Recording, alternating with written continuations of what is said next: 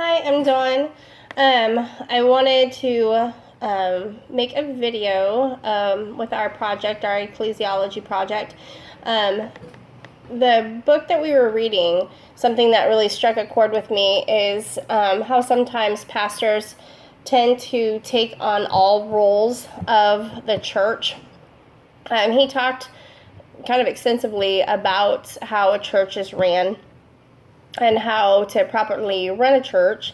And he discussed how this can bring down rundown and all the things that can happen when someone decides to try to take on all roles of the church. And why this was really important with me and really struck a chord with me is because growing up as a pastor's child inside a Quaker church, I saw this firsthand.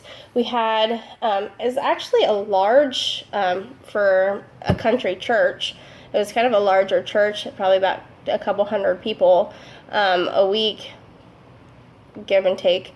And I saw my dad always taking on all the responsibilities of the church. He was the one that, went and visited everybody inside the hospitals. He's the one who counseled everybody. He was at every meeting, every board meeting, everything. If anything needed to be done, my dad did it. But that wasn't a role that he had to have. There was several people within the church and in the board that were willing to help him out and do different things and visit, and even my mom was willing to go to the church or to the hospitals and visit and do a lot of house calls and visit people. But my dad felt as the pastor of the church, this was his main role. This was his job. This is something that he should be doing. And as a family, as his child, I remember not having him around as much.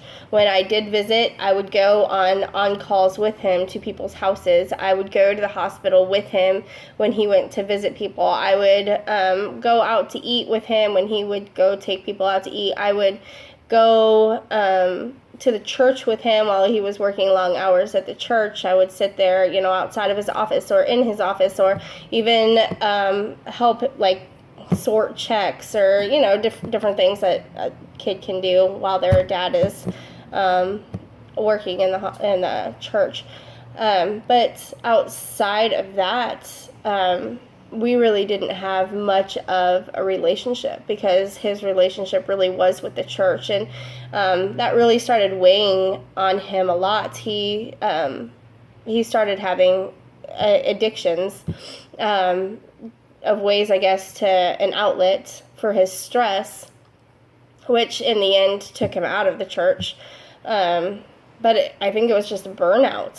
He burnt out with doing everything for everyone and being everybody's everything. And really, they had my dad clear up on a pedestal. And so when he fell from the church, it took a while for the church to rebuild, especially trust for anybody else. And so now the church that I go to now, I really feel has a better picture of what a church is supposed to look like. They have they want you to do things. Once a month they have it's first Sunday of the month, you're supposed to go around. They have little booths out in the front part of the church that you can go to, and it talks about all the different things that you can volunteer and help for in the church, like either the child care or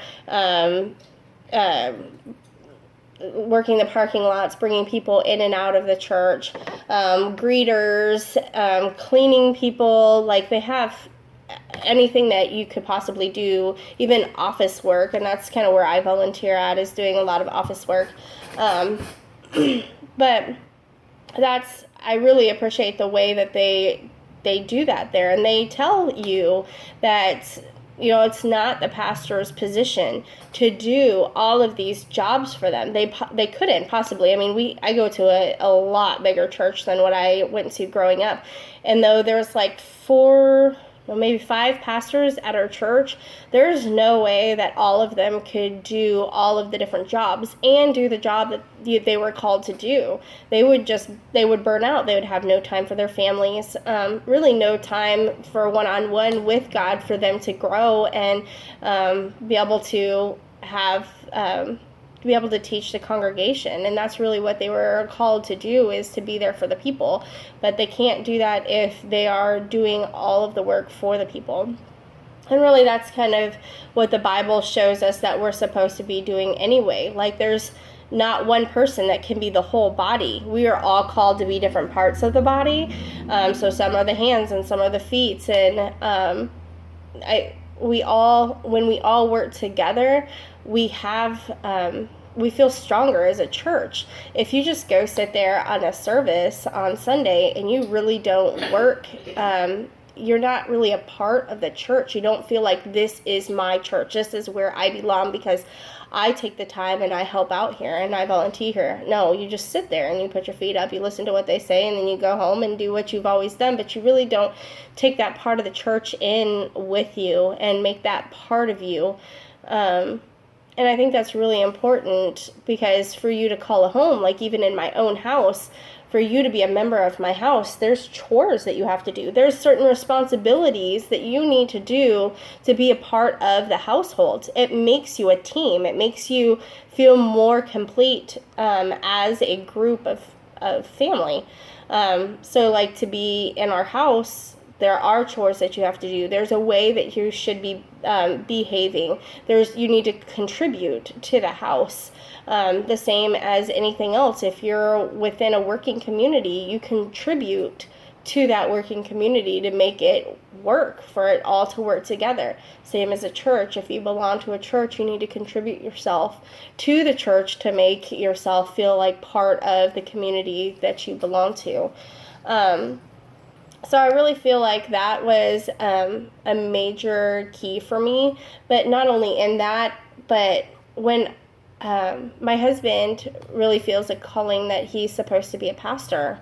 And I've had, obviously, different role models for different churches on what really works and what really doesn't. And it's easy, especially when you're starting out a church, which that's probably what we would be doing, to take on all responsibilities, because it's going to be small and it's going to be hard to get other people to want to take on the roles of and those responsibilities. But I think it's very key and very important for them to feel like they belong to this church, that they do take on certain roles and responsibilities for this church for it to work out appropriately.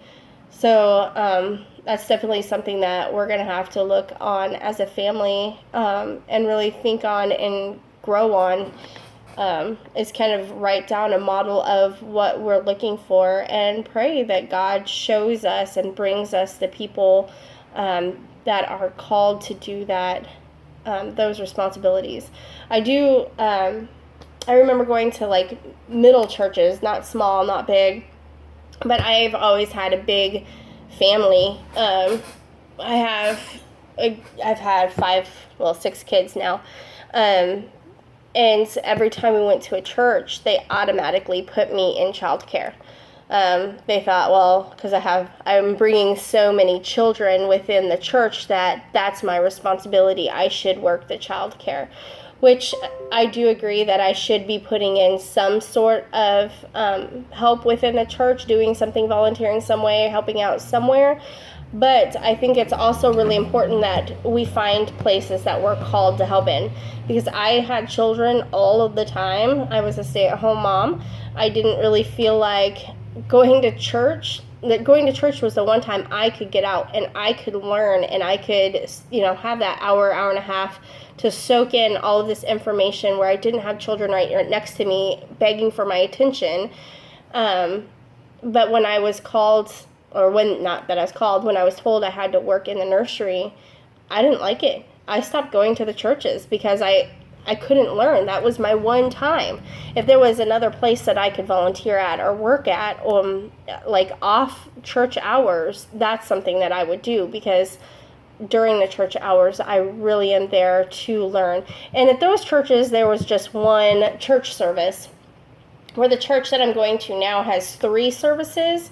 So you can always volunteer at one of the services and then go to another service. And at the churches I went to before, if I volunteered, I missed a service. I didn't get fed that week.